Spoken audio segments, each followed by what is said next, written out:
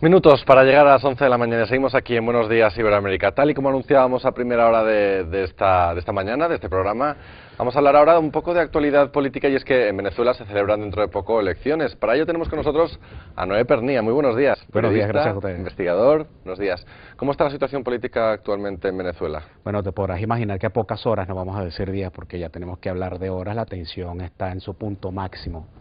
Hay en juego una cosa que es el futuro del país, y hay dos facciones que están tratando de poner a protagonizar una visión de país. Por un lado tenemos, por supuesto, la facción de gobierno, que es aquel amplio grupo de venezolanos que siguen apoyando la figura del presidente Chávez y que siguen creyendo en un programa o en un proyecto, en una idea de gobierno de bienestar social para todos. Y por el otro lado está la facción de oposición, aquel grupo de venezolanos que también son muy numerosos, que esperan que haya una reforma, un cambio en Venezuela para bien, para que haya paz, para que no haya más carencia de productos básicos, para que la educación esté sujeta a controles por parte del propio Estado venezolano, y para que el control de la vida en general, la cultura venezolana, siga desenvolviéndose por caminos que tengan que ver con la autonomía del país y que no esté subyugada, por ejemplo, a las decisiones que se puedan tomar por parte de Cuba.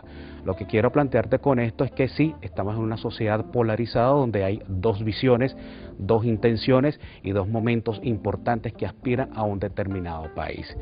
¿Qué va a suceder en estas elecciones? Pues como te lo decía anteriormente, no lo podemos saber. Se habla de encuestas, se habla de tendencias, pero muchas veces esas encuestas y esas tendencias son más tendenciosas que otra cosa. Lo cierto es que el gran común en Venezuela lo que está esperando es que haya un cambio para que retorne la paz y sea un pueblo que vuelva a encontrarse y a darse la mano nuevamente. Hay muestras de esto.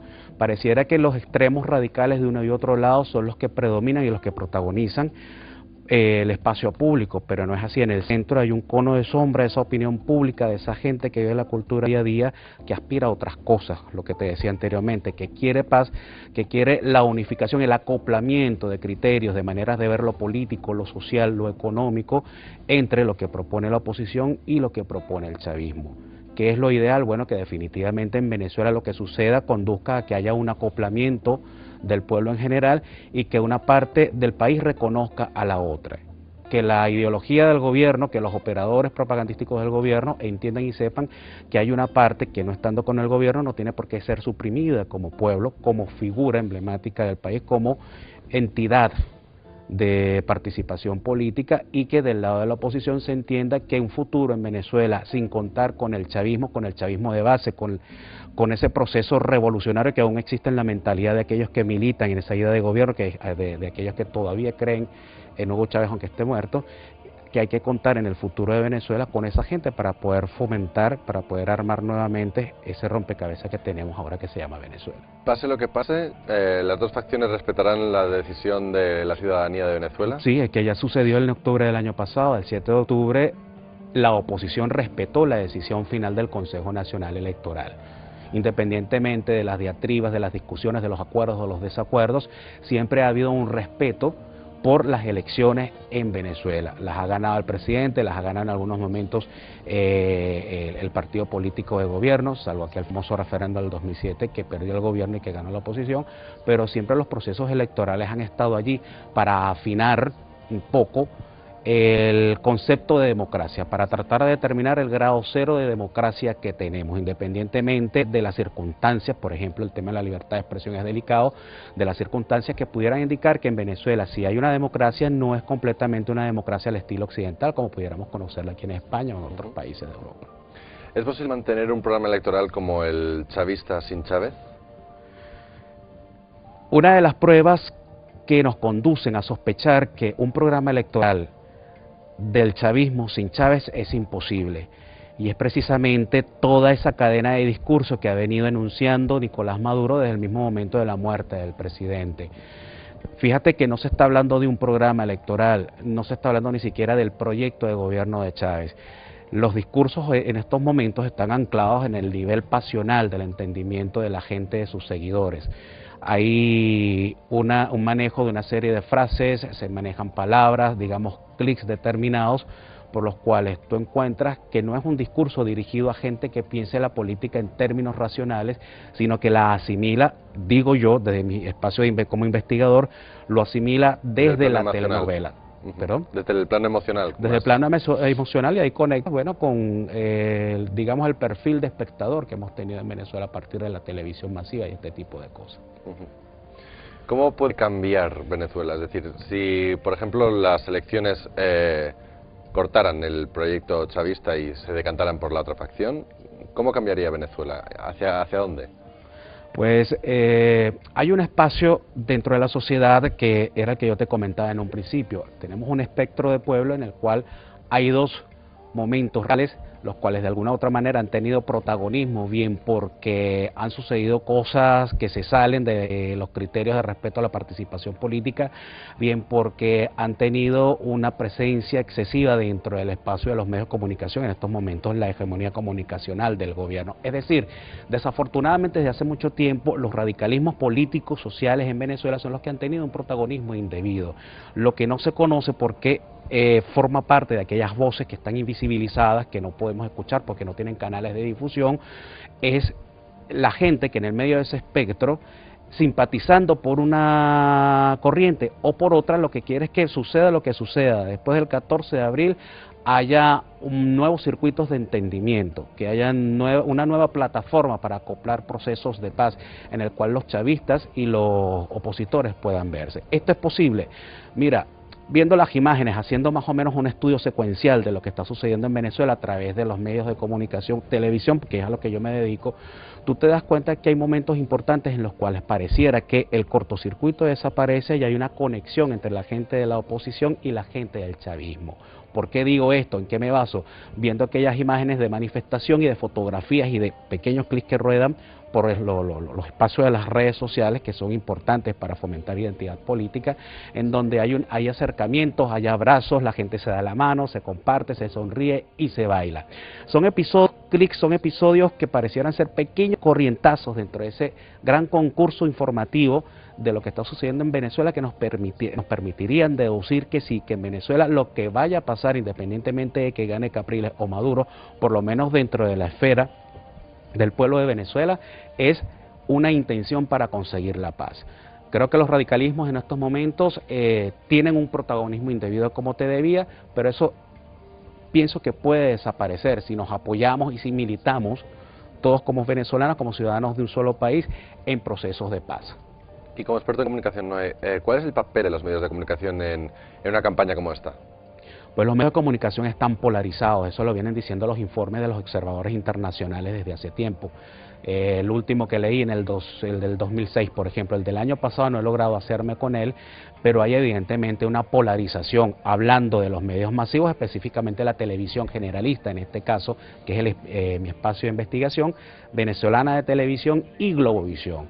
Los dos canales de televisión que son los que son los pivotes, digamos, son los que nuclean toda la información, son dos canales muy populares, muy vistos por la población venezolana, por el común de los espectadores, y son dos canales que en momentos electorales, pues evidentemente toman militancias por una u otra facción. Lo que quiere decir que en los espacios noticiosos, en los telediarios, en los informativos, y por supuesto en los programas de opinión, peor todavía, tú no estás viendo un acercamiento hacia la verdad o un estudio acrisolado que te pudiera decir, bueno, aquí hay una diversidad de ideas que se comparten entre personas que no están dentro del mismo concurso ideológico. No sucede eso, no hay un acercamiento a la verdad, no hay la búsqueda de una verdad, sino la imposición de determinados puntos de vista. Esto es un problema de vieja data por demás en Venezuela. ¿Cambiará? Mira, la idea es que desaparezcan todas las hegemonías comunicacionales posibles. Yo vengo de un medio privado muy importante, como te dije anteriormente, RCTV, Radio Caracas Televisión, un medio que se fundó, que comenzó a trabajar en los años 50 y que fue un canal de tradición y que aún hoy está anclado en la memoria colectiva del venezolano, porque es patrimonio cultural de venezolano, siendo un medio de comunicación.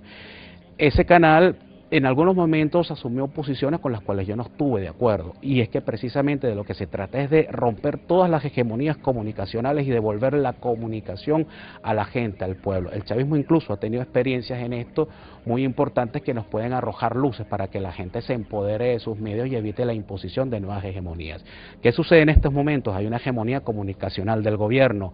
La gente de izquierda quiere hacer ver que todavía hay medios privados en Venezuela, y es verdad, la mayor parte de los medios de comunicación en Venezuela son privados, no son públicos, pero esto no quiere decir que sean necesariamente plurales y que tengan libertad de expresión. La mayoría de los medios de comunicación, siendo privados, necesariamente tienen que afiliarse al gobierno por circunstancias, por ejemplo, de boicot y de presiones económicas.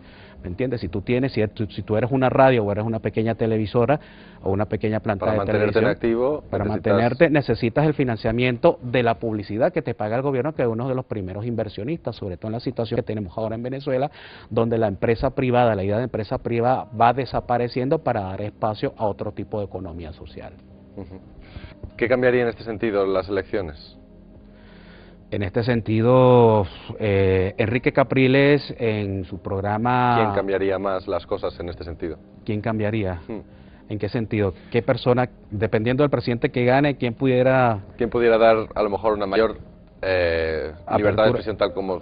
Bueno, la esperanza es que sea Capriles, obviamente. Si nos tenemos a lo que viene sucediendo con el gobierno y la imposición de la hegemonía comunicacional, dentro de la cual el único espectro visible es aquel espacio radical de la militancia chavista, yo pienso que Enrique Capriles, la intención que tiene es la de abrir los espacios y de provocar nuevos pluralismos.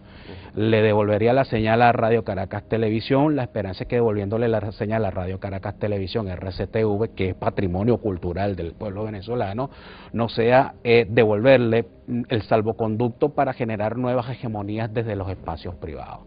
Lo ideal es que Capriles, de ganar las elecciones, cumpla su promesa, abra nuevamente Radio Caracas Televisión, si es el caso, por las vías legales en Venezuela, y que con eso pues den el primer paso para que retorne la pluralidad comunicacional en Venezuela. Yo creo en un país donde puedan convivir medios que de alguna u otra manera manejen una tendencia política hacia el chavismo, y medios que manejen un espacio más plural, y medios que manejen una tendencia quizás más inclinada hacia la oposición. O sea, en definitiva, aunque esto sea un poco aberrante pensarlo, que haya medios militantes de una idea o de otra, pienso que tiene que haber pluralidad de espacios en Venezuela, espacios mediáticos, algo como lo que puede suceder en España. A mí muchas veces me preguntan y se asombra mucha gente cuando yo le digo, es que para mí España es un ejemplo de pluralidad, no toda la que quisiéramos, por supuesto, porque el grado cero es muy difícil de encontrar, pero España es un país donde yo puedo encontrar diferentes medios de información, canales para aprovisionarme de datos, y a la vez yo veo que hay una amplia participación dentro de esos canales y que hay respeto por la diferencia política. Eso es lo que yo quiero que haya para Venezuela, y es lo que estamos buscando. Por ejemplo, un país que está gobernado por un partido de derecha, pero que tiene sindicatos que están en manos de dirigentes de izquierda. Ese contrapeso es un contrapeso democrático. Critícale lo que quieras criticarle al sistema de gobierno español, pero es algo que funciona porque tiene contrapesos y ninguno se solapa con otro. Con ello se consigue el equilibrio. Con ello se tiende a conseguir el equilibrio. Eso es lo que nosotros queremos en Venezuela. En Venezuela todos los espacios de participación política, cultural, mediática, está copado por los brazos operadores del gobierno. La idea es que desaparezca ese tipo de hegemonías, como te decía anteriormente. Hasta aquí, hasta España, hasta Europa, de hecho, las informaciones que nos han llegado desde la muerte de Chávez, pues, por ejemplo, lo del pajarito, ¿no?, que se le apareció como pajarito. Sí. ¿Es una estrategia de comunicación para afianzar la opinión de sus seguidores hacia él? ¿O para qué? O sea, ¿con qué sentido se maneja toda esa información, todas esas declaraciones, para mover, como decías, el lado emocional de la gente? ¿Cuál es la idea? Sí, claro, porque es que teniendo apenas semanas, días, horas para llevar a cabo una campaña electoral, la única forma de hacerlo es a través del estamento más seguro, donde puedes ejercer mayor influencia, que es el estamento de lo emocional, a través de los sentimientos. No te puedes poner a proponer programas de gobierno, porque sí calan, pero en un sector, digamos, más intelectual y académico, pero a la gran masa del pueblo venezolano tienes que llegarle en tan pocos días es a través del panorama emocional. La cultura nuestra en Hispanoamérica, en Venezuela precisamente, es la de un espectador que se ha fomentado como espectador, que se lo ha cultivado como espectador desde el mismo momento en que nace la televisión y que se convierte en los medios de masa, pues en los dirigentes de alguna manera de un juego de contrapesos de poder. Por eso es que se le denomina el cuarto poder. Y el espectador en Venezuela pues es un espectador que desde el espacio de la televisión como espectador pasa al espacio de la política también como espectador. Es curioso, atención a lo siguiente, ¿por qué? Porque en el año 99 cuando cesa, que es el periodo de la democracia, y entra el episodio histórico que representa a Chávez, ya no hay partidos políticos porque caen en desprestigio, porque la gente ya no cree en ellos y queda un vacío de poder dentro de la conformación de los cuadros de oposición que se supone debería de tener el presidente Chávez. Esos espacios los copan los medios de comunicación masivos, la televisión principalmente, que es el medio más caliente, el más certero en llegar a la emoción del espectador. Y es el que comienza a hacer militancia a favor de una especie de antichavismo muy difuso, muy confuso, que no tenía ni pies ni cabezas, era simplemente el ser antichavista porque rechazo la figura del presidente por las cosas que dice y porque no estoy de acuerdo con él. Ese espectador de telenovela se convierte entonces en espectador de un espacio telepolítico en el cual van concurriendo unas figuras que de alguna manera las grandes directivas de los medios de comunicación quieren transformar a los nuevos líderes antichavistas, pero por supuesto esto viene de arriba, no viene de abajo. Los liderazgos verdaderos y genuinos se forman desde el calor participativo y de la dialéctica de la poblacional y del compartimiento de cosas. Entonces este espectador pasa del espacio del espectador de telenovela al espacio de telespectador telepolítico, y por esta razón es que es más fácil acceder a ese espectador a ese nivel, desde el corazón, pues, y por eso que escuchamos cosas como lo del pajarito y otra serie de posiciones y de pronunciamientos de Maduro que dejan mucho que desear, pues. Se trata precisamente de seguir afianzando el espacio radical, que es el del voto seguro, por demás. Por eso a la oposición en Venezuela Nicolás Maduro la ha llegado a calificar o a descalificar de nazi, por ejemplo, o ha llegado a lanzar maldiciones para aquellos que no voten por el gobierno de Chávez. Claro, es que eso sería impensable en Europa, por ejemplo. Ese tipo de declaraciones serían impensables porque ya los ciudadanos están bastante descontentos con la política como para encima que ellos mismos provocaran esas situaciones, ¿no? Entonces, resulta sorprendente que un político de la talla de Maduro o de Capriles o de quien sea haga declaraciones no injuriando, pero casi hacia la oposición, ¿no? Sí, porque se trata de mantener el voto duro, el voto fuerte, que es el que tiene que movilizarse hacia las mesas. Ese es el principal interés, que es el núcleo más importante cuando baja una elección. Lo demás, bueno, forma parte de otras dinámicas, pero en todo caso, fíjate tú con respecto a esto que estás hablando del pajarito, eso está, en ese momento Nicolás Maduro está apelando a un discurso organizado por parte de sus protagonistas. Nicolás Maduro no es un hombre ignorante, no es un hombre chavestia como le califican algunos, es un señor que piensa y que ha tenido contactos en la alta política, en la alta diplomacia, con otros gobiernos y con otros líderes que le han permitido formarse una visión de lo que tiene que ser la dirigencia de un espacio político. Allí lo que está haciendo Maduro es representar el nivel mágico-religioso que tenemos nosotros como ciudadanos venezolanos. Nuestra cultura no es una cultura que pueda decirse es el grado cero de la cultura occidental, sino que es una cultura variopinta que tiene otros condimentos que le dan esa riqueza, entre ellos el pensamiento mágico religioso, del cual nosotros no nos podemos desligar. Empezando, por ejemplo, hablando del tema religioso como tal, y desde un punto de vista católico, el mayor número de fieles cristianos, incluyendo a los católicos, a los protestantes, que hay en el mundo, lo tiene es Hispanoamérica. Entonces ya por allí tú comienzas a deducir que sí, que el elector, aun cuando va creciendo un elector racional gracias a las redes, entre otras cosas, sigue siendo un elector emocional en Venezuela. Por lo pronto tienes que hablarle de ese tipo de cosas. El pajarito que llega y te habla como si fuese un espíritu sobrevenido sobre tu cabeza que te comenta cosas. Forma parte también del discurso y del comentario del pajarito, la creación, el fundamento mitológico para representar en Chávez el núcleo fundacional de la nueva república, de esa quinta república.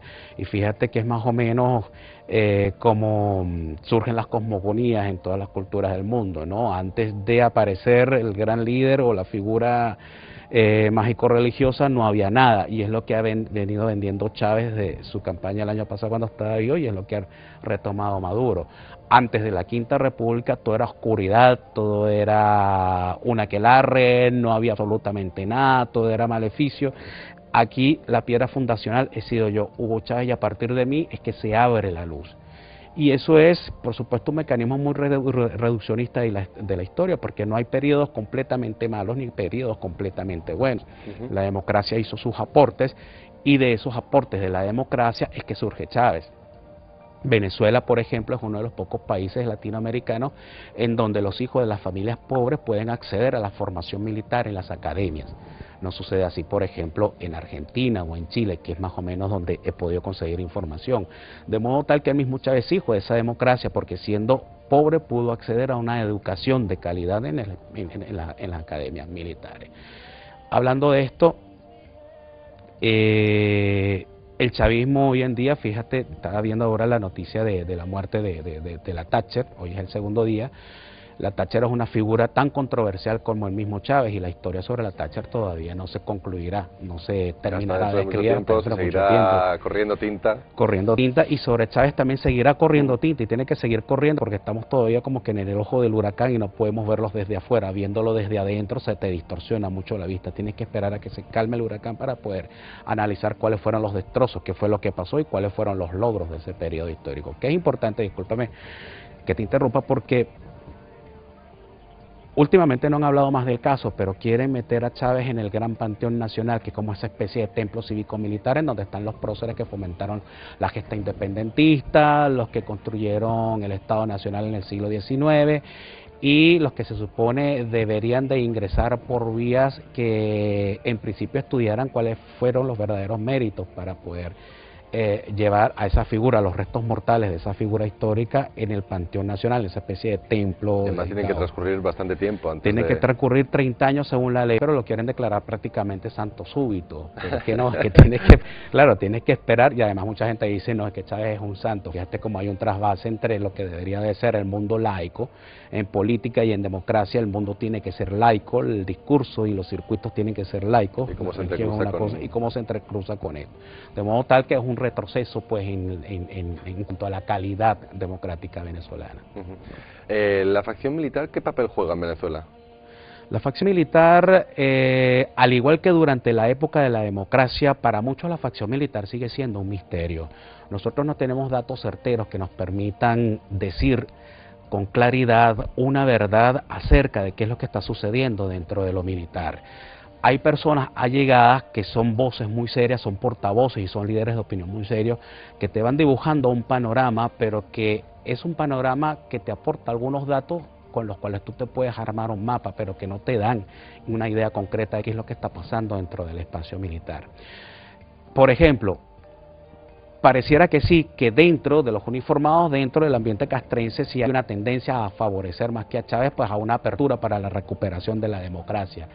El candidato Enrique Capriles el año pasado, pocas horas antes de las elecciones, anunciaba que ya tenía el nombre de quien iba a ser su ministro de la Defensa, y era el nombre de un alto oficial activo.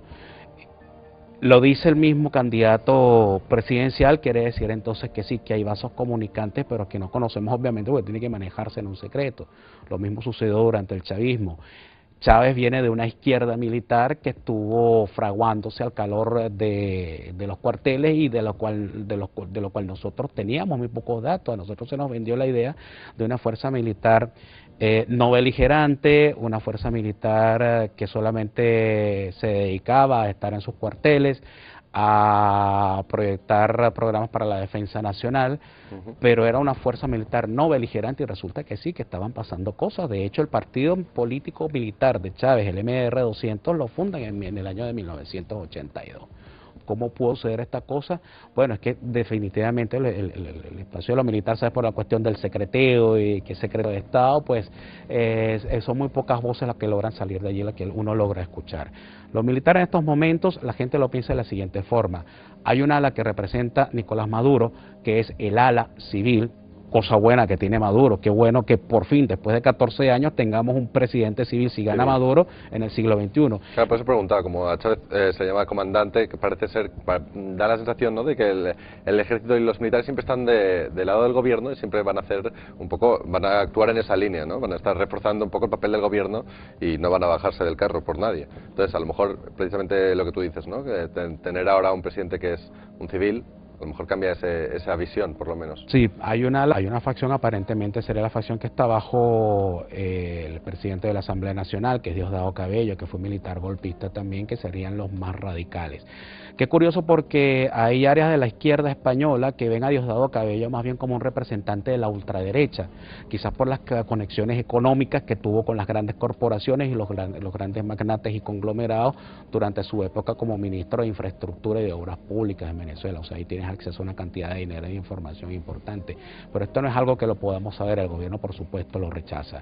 ¿Cuál va a ser el papel de la fuerza militar? Yo me atrevería a decir que constitucional, pero constitucional a favor de la Constitución y del país y de la paz en Venezuela, no constitucional a favor del chavismo. ¿Por qué te digo esto? El golpe de Estado del 2002, un episodio muy polémico y que todavía se sigue apelando a él para hacer propaganda política.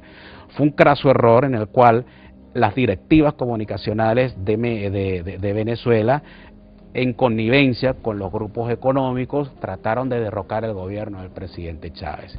Eso fue un error político de muy alto costo, todavía lo están pagando los opositores en Venezuela, pero los militares y la oposición hoy en 2013 no es la misma de aquella del golpe de Estado del 2002, que eso es lo que ellos no saben. 14 años la gente evoluciona. En ese momento, efectivamente, los militares hicieron un pronunciamiento en contra de los sucesos que se estaban verificando en ese momento en todo el país, que era una especie de levantamiento civil, un poco capitaneado por los líderes de opinión desde los medios, en contra del gobierno de Chávez. Hubo una situación crítica que terminó por derrocar al mismo presidente, aun cuando hay un ministro que leyó una carta de renuncia, pues el presidente salió a través de un golpe por varias horas. Los militares en ese momento asumieron una posición un poco confusa, pero finalmente, cuando ya se ve claramente en televisión que desde Miraflores los golpistas que estaban tomando el poder eran gente que estaba dispuesta a barrer con todo, con la Constitución, con la bandera de Venezuela y con todo lo demás, los militares en ese momento asumieron una posición más prudente y se desligaron ya del color muy negro, muy oscuro que estaba tomando ese procedimiento golpista.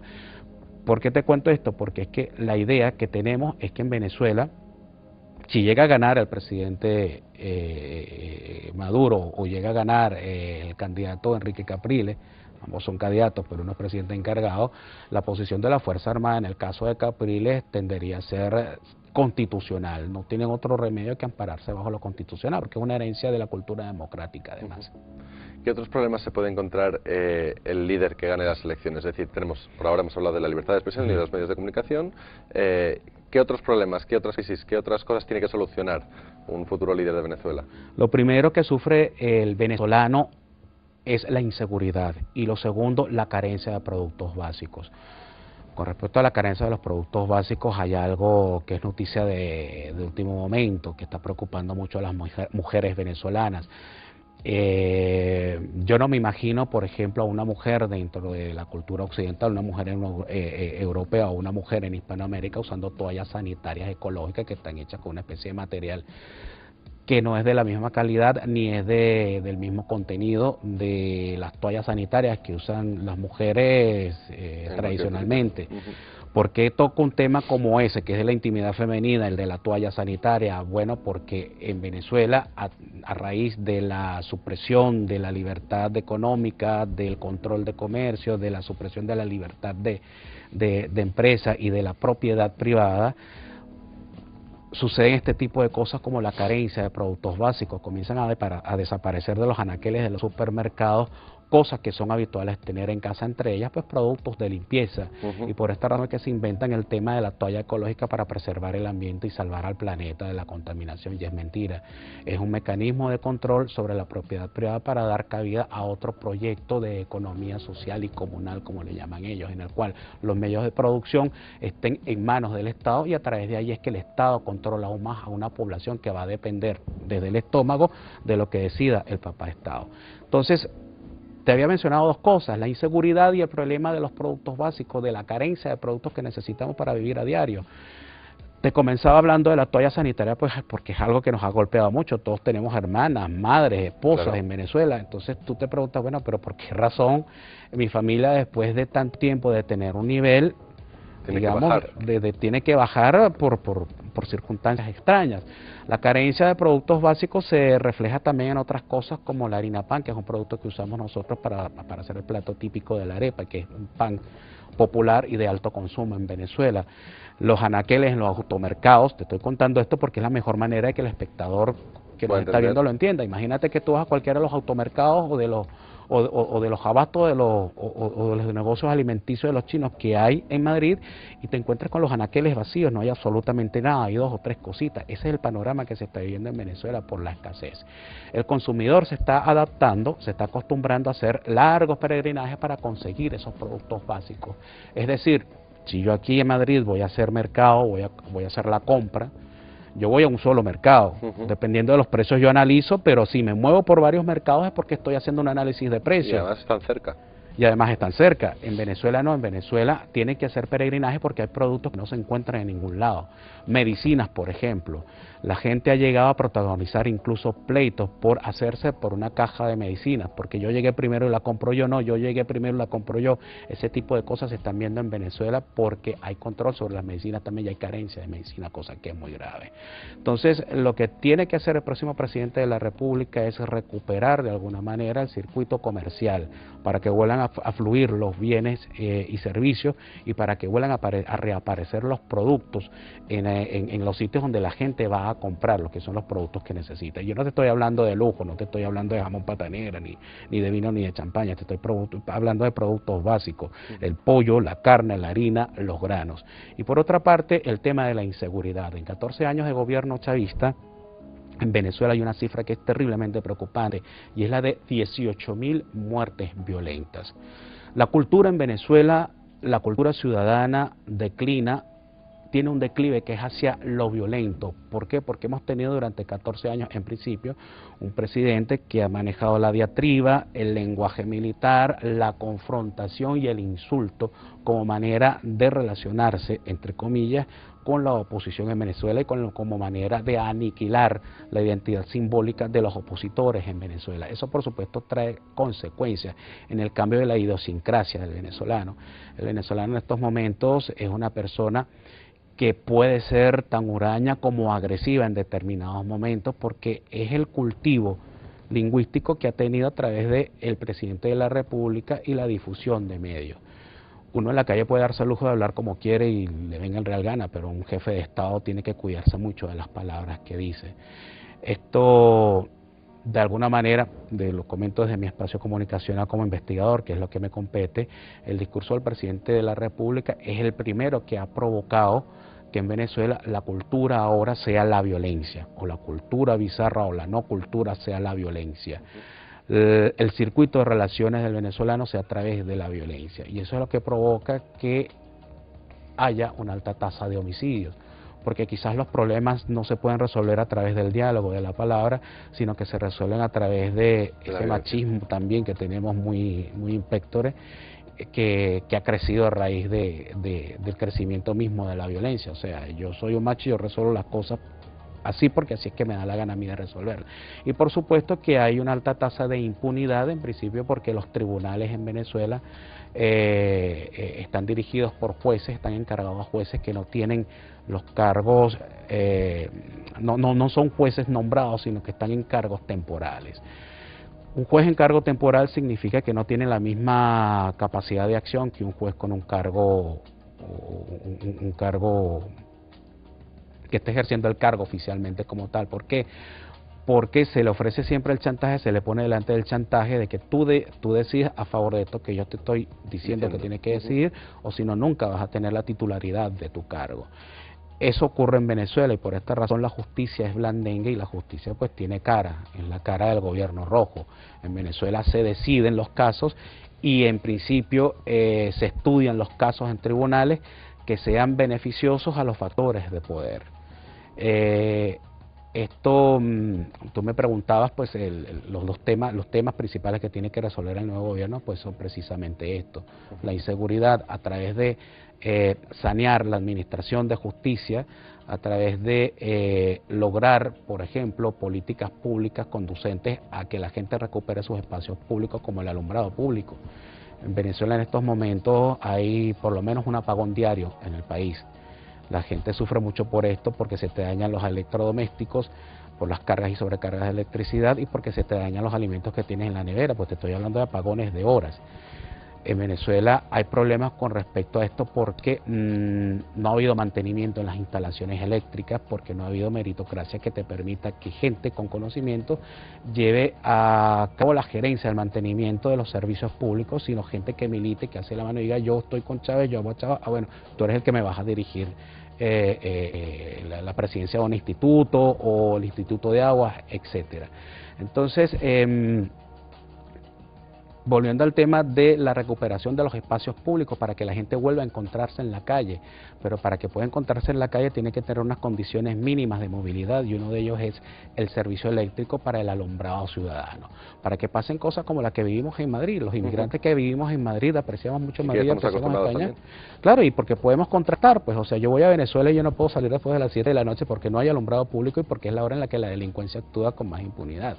Aquí en España, si a ti te da la gana, te puedes ir a la Gran Vía a tapear hasta y no pasa nada. Habrá eventos como en todos lados, por supuesto, porque es una gran metrópoli y ninguna gran metrópoli se escapa de eso. Pero eso es lo que más o menos te estoy tratando de explicar en lenguaje llano. En Venezuela, el presidente que venga, y si es Capriles, más todavía, tiene que comenzar a rearmar el tejido social para que los venezolanos podamos encontrarnos nuevamente cara a cara en un espacio público para compartir cosas. Y eso pasa en principio por darle la primacía y el protagonismo a un gran proceso de paz en el cual cada uno de nosotros los venezolanos tiene que participar, dejando al lado las armas, los insultos y perdonando también. Pues con esta reflexión, Noé, si quieres, nosotros te invitamos a que vuelvas al programa una vez hayan transcurrido las elecciones y comentemos un poco el resultado y qué va a pasar a partir de entonces. Dale. Muchísimas gracias por estar con nosotros. A ustedes y a los amigos de Iberoamérica TV. Nosotros vamos a publicidad y a la vuelta más cosas. Hasta ahora mismo.